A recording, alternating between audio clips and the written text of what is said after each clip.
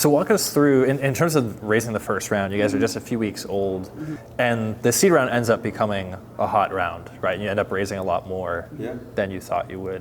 What lessons do you have from that in terms of, for entrepreneurs thinking about their first fundraise?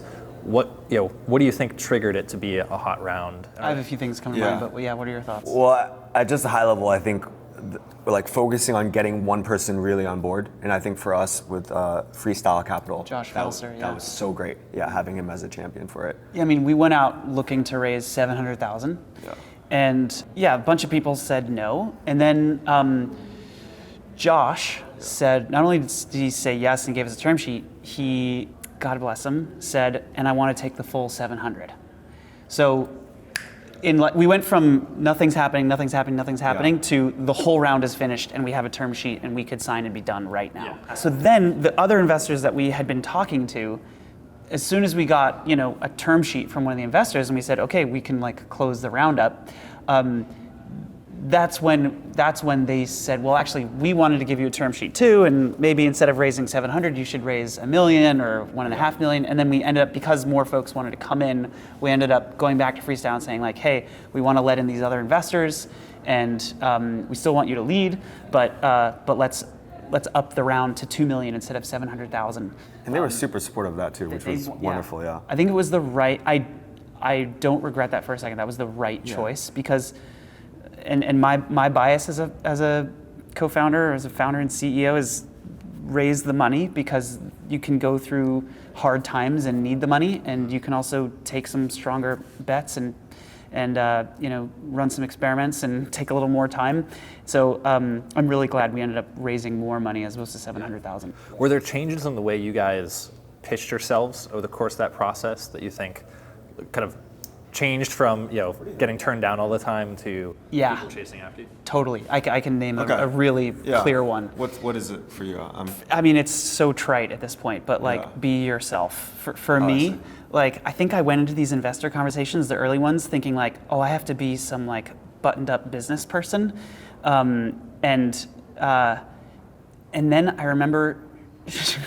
I remember showing, just in one of the meetings, I showed the robot music video story in slide form, and people loved it and thought it was so fun and exciting, and they could see that I was the customer and I was a creator myself. And I think that passion and excitement and just being yourself is in the seed stage. The later rounds are more about the numbers, but certainly at the seed stage, folks want to see somebody who's committed and excited and the customer and passionate. And as soon as I sort of allowed myself to just be myself, it I think was better. I think the passionate is really important. I remember I actually forwarded your behind the scenes of actually constructing every single little widget of your Millennium Falcon background or whatever. And for instance, SAR loved that, right?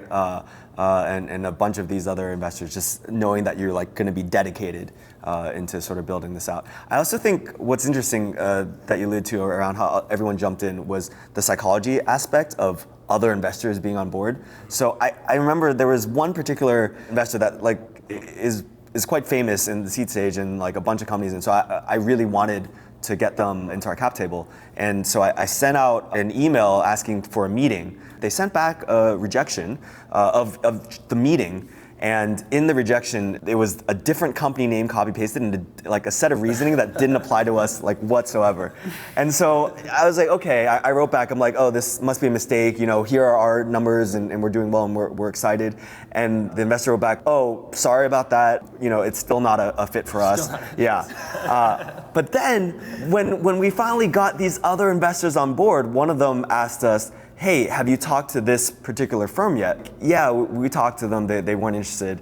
And this investor was no, I know this person, they'll be interested.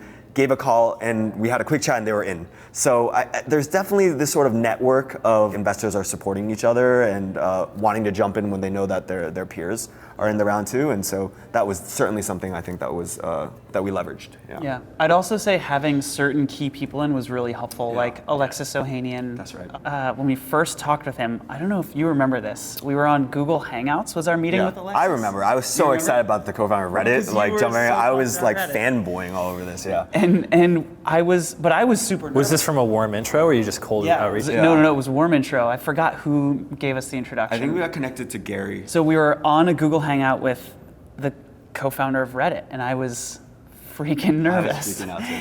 And so we're talking to him, and at one point I had to do a double take because something popped up over his eye, and I was like, I couldn't figure out what was going on, and then I realized he was using the like monocle overlay, and then a hat popped up on his head, and he started going like this as I was pitching, and I just cracked up. Who is this guy?